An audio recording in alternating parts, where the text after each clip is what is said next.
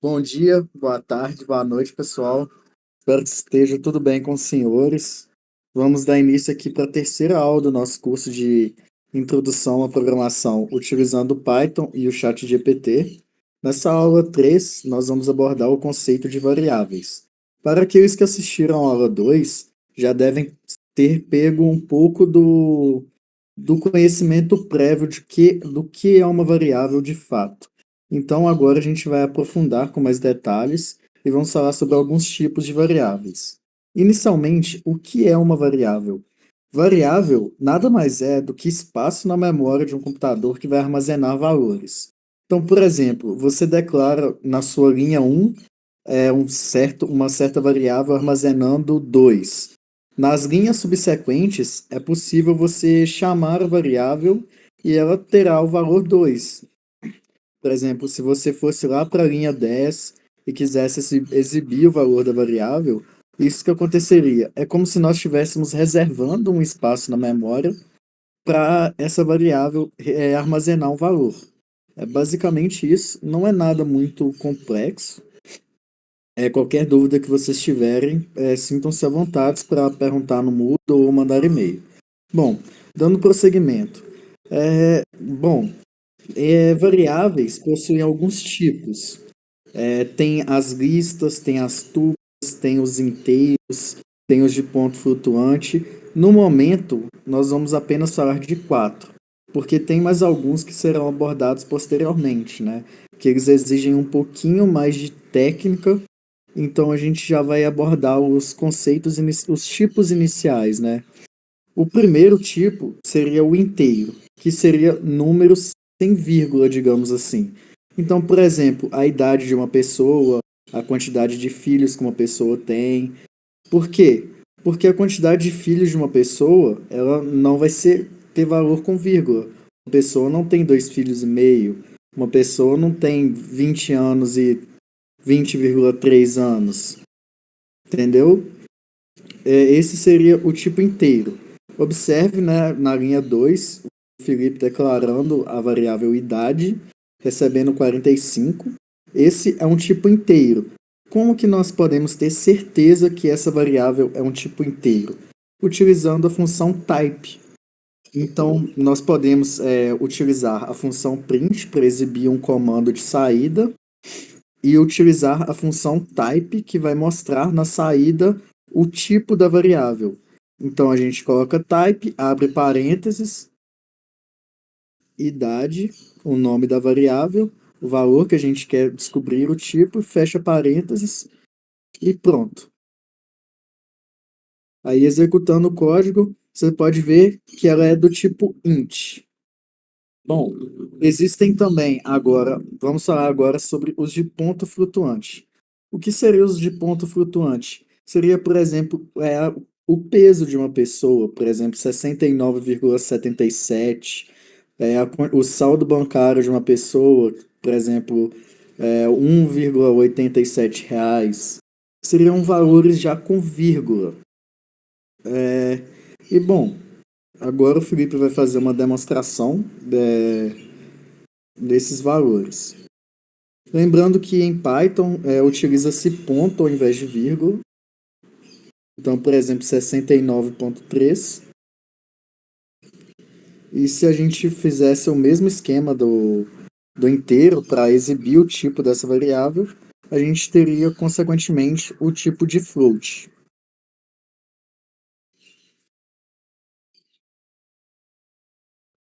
Aí. Observem a saída do código, que temos uma variável do tipo float. Bom, também temos o tipo string. O que seria um tipo string? String é uma cadeia de caracteres. Então, por exemplo, em Python está seguido por aspas ou aspas simples.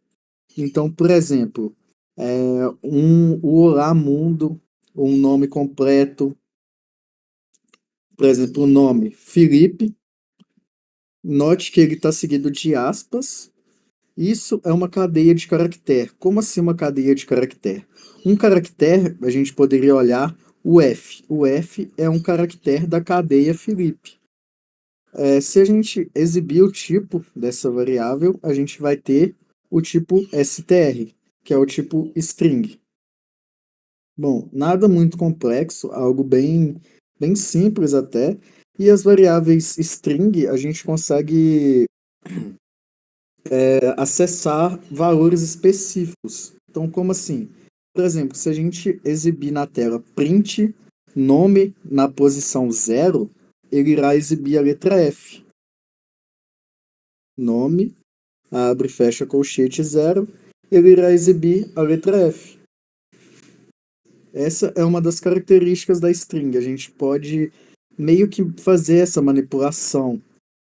Por exemplo, se eu quisesse exibir a última letra, a gente poderia utilizar o menos um ou contar quantos caracteres tem essa letra, partindo do ponto zero. Observe, utilizando o menos um, a gente alcança o E, que é a última letra. Bom,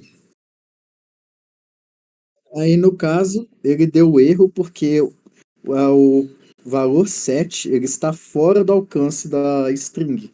Como assim? Observem, Felipe.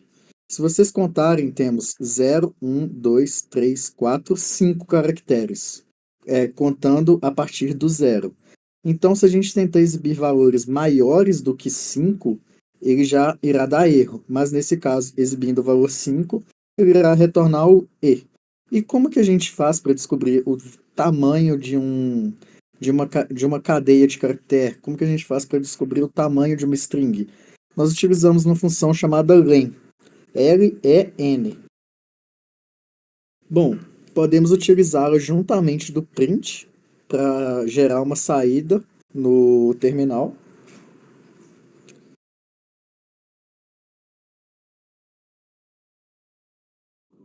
Executando o código. E observe, ele retornou 6. Mas aí vocês podem estar se perguntando, mas você disse que tem 5? Sim. Contando a partir do zero, nós temos 5. Mas para o caso do len, ele inicia a contagem do um. Então, para esse caso, Felipe teria 6. Sim, se a gente contar iniciando do um, Felipe tem 6 caracteres nessa cadeia. Mas a fins de acessar um, um caractere específico da cadeia, nós sempre vamos começar pelo zero. O zero é o nosso ponto de partida. Então, F, para acessar o F, seria o zero. Para acessar o termos seguinte da letra F, seria um. Que aí, no caso, a gente teria o caractere E. Bom, existem mais alguns outros métodos que a gente pode estar trabalhando com strings, mas no geral a gente vai focar um pouco nisso. Bom, e existe o tipo booleano. O tipo booleano ele pode causar um pouco de confusão para quem não está familiarizado com esse termo.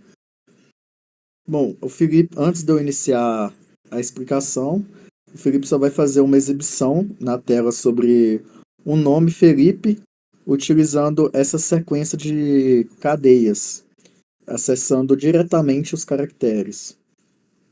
Observe, ele gerou no terminal Felipe e o último, o valor 6, é o tamanho desse caractere. Lembrando que o tamanho do caractere ele vai começar do valor 1, mas para você acessar o primeiro valor do caractere, vamos buscar o zero. Bom, agora vamos dar um foco no booleano. Para quem nunca não está familiarizado com esse termo, ele pode gerar um pouco de confusão. Mas, no geral, o booleano ele ou é verdadeiro ou ele é falso. Como assim? Um tipo booleano nada mais é do que verdade ou falso. Ou é uma afirmação verdadeira ou uma afirmação falsa. Por exemplo, o céu está azul. Se você olhar para o céu e ele estiver azul, é uma afirmação verdadeira. Mas agora, se você olhar e falar o céu está vermelho, sendo que o céu está azul, é uma afirmação falsa. Então, por exemplo, se a gente comparar o valor um se o valor um é igual ao valor um, a gente vai ter verdadeiro. Então, por exemplo, vamos gerar uma saída verificando se o valor um é igual ao valor um. Como que a gente faria isso? A gente faria um print um igual a um, sem aspas, sem nada. Um igual a um. Lembrando que comparação em Python é com dois igualdade. Aí ele vai gerar, observe que a saída ela foi true. Por que a saída foi true? Porque um é igual a um. O, as variáveis booleanas elas vão ser muito importantes quando a gente for aprender estruturas de controle.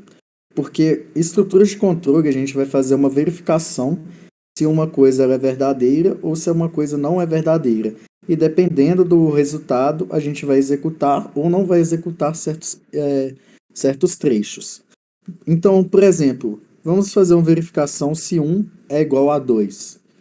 Bom, obviamente, um não é igual a 2, então então o retorno será false. Bom, e como que a gente pode declarar variáveis booleanas? Por exemplo, o céu está azul igual a false. Bom, e como que a gente faz uma declaração de uma variável em Python? A gente vai escolher um nome para essa variável. Lembrando, a gente não pode simplesmente escolher o nome aleatoriamente. A gente tem alguns requisitos, são requisitos bem simples, na verdade. Por exemplo, uma variável ela não pode ter o nome de uma palavra reservada. Então, a gente não pode declarar uma variável com o nome len, por exemplo. A gente também não pode declarar uma variável que o nome dela começa com números, nem espaços entre as variáveis. Por exemplo, uma variável não pode, mas variável um pode. Agora, se a gente colocar nome completo separado, já daria errado. Mas como que a gente faz para declarar mas como que a gente faz para declarar uma variável com esse nome? A gente pode usar alguns macetes, como por exemplo, adicionar um underline na separação dos espaços. Seria uma forma viável. Observe que agora ele já está funcionando. A declaração de variável é algo bem simples. A gente tem o nome, em seguida o valor que a variável irá receber. E bom, não é necessário declarar o tipo da variável em Python. Python não é uma linguagem tipada. Como assim? A gente não tem que ficar declarando o tipo das coisas. Então observe, nome completo igual a Felipe. A gente consegue saber que essa é uma variável do tipo string sem a necessidade de falar para o nosso programa que é uma variável string. Ele deduz isso e chega nessa conclusão, igual provavelmente vocês estão vendo. Em algumas linguagens, como por exemplo o C, é necessário a gente declarar o tipo da variável, dar o nome e em seguida o valor. Mas em Python a gente não tem essa necessidade. Bom, e uma coisa muito importante também é que uma vez que você tem uma variável e associa um valor a ela, se você associar um novo valor, ela irá perder o valor anterior.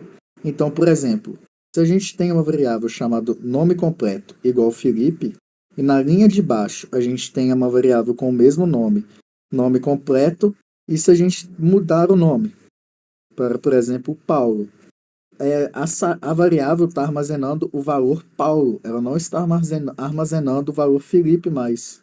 Observem.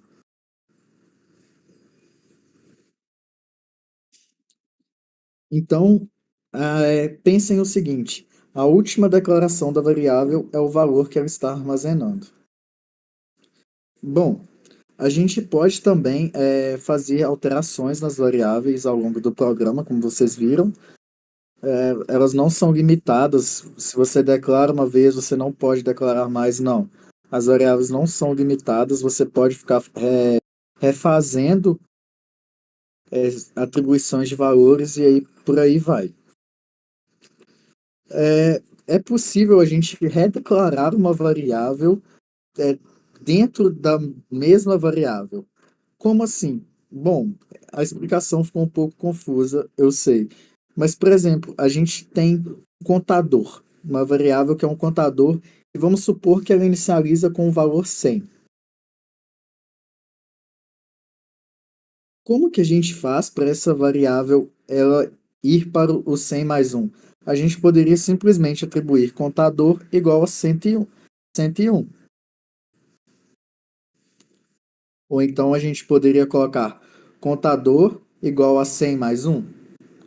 Concordam que é a mesma maneira para chegar no resultado? Só que tem como a gente meio que fazer uma manipulação para alcançar o valor 101. Por exemplo, lembrando que a variável, o valor dela é o último, então o contador, na última declaração, ela possui o valor 101. Então nós vamos na linha 44, uma linha abaixo da linha 43, onde está sendo declarado o valor 100. Bom, a gente poderia reescrever a variável. Pensem comigo. O contador, ele possui o valor 100 armazenado nele. Para a gente chegar em 101, a gente precisa apenas atribuir mais um a essa variável. Então a gente chama contador, vai receber o contador mais um. E essa tática, ela é muito importante ao longo da programação. Muitas vezes a gente reatribui uma variável chamando ela mesmo e alterando o valor. Bom, observem, o valor foi 101. Tivemos um valor positivo, valor esperado.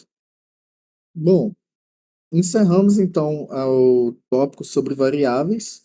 Agora, com o assunto de variáveis encerradas, nós vamos dar uma olhada em um exemplo sobre conversão de tipos de variáveis. Olhando o livro didático que o curso está seguindo, temos esse exercício 5 do capítulo 2, que é conversão de tipo de dados. Vamos lá. Converta a variável idade, um valor inteiro, para uma string e armazene o resultado na variável idade str. Como que nós poderíamos estar fazendo? Bom, vamos declarar a variável idade e atribuir um valor a ela, por exemplo, idade igual a 45. Agora a gente vai criar uma nova variável que será idade str e ela vai receber a conversão. Como que a gente faz a conversão? A gente coloca o tipo que a gente quer essa variável seja transformada, que no caso é str. Vamos abrir o parênteses, porque é uma função, e vamos colocar o nome da variável, que é a idade. Agora, se a gente der um print type, vamos ver. Bom, só temos que fazer a alteração ali do tipo.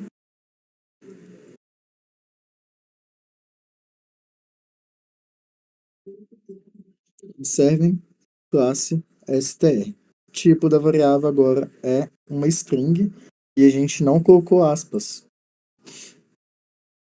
Bom, vamos agora olhar a letra B do exercício.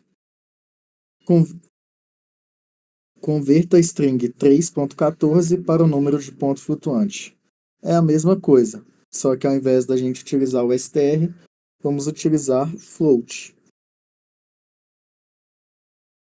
Então a gente coloca o nome da variável, lembrando que não pode ser palavras reservadas, entre aspas, ô Filipão. É, aí você coloca pfloat, só que eu não sei se vai dar certo, porque pi eu acho que é um nome reservado.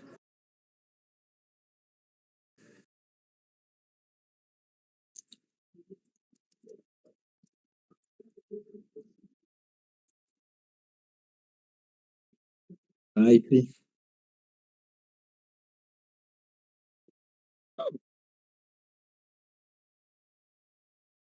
Bom, observem, o tipo foi convertido. E agora o exercício, a letra C, nós vamos deixar como tarefa para vocês. Lembrando que também terá a tarefa semanal relativa a capítulo do livro. Bom, é isso. Qualquer dúvida, entre em contato nos nossos fóruns, seja pelo Moodle ou seja por e-mail, sintam-se à vontade. É isso.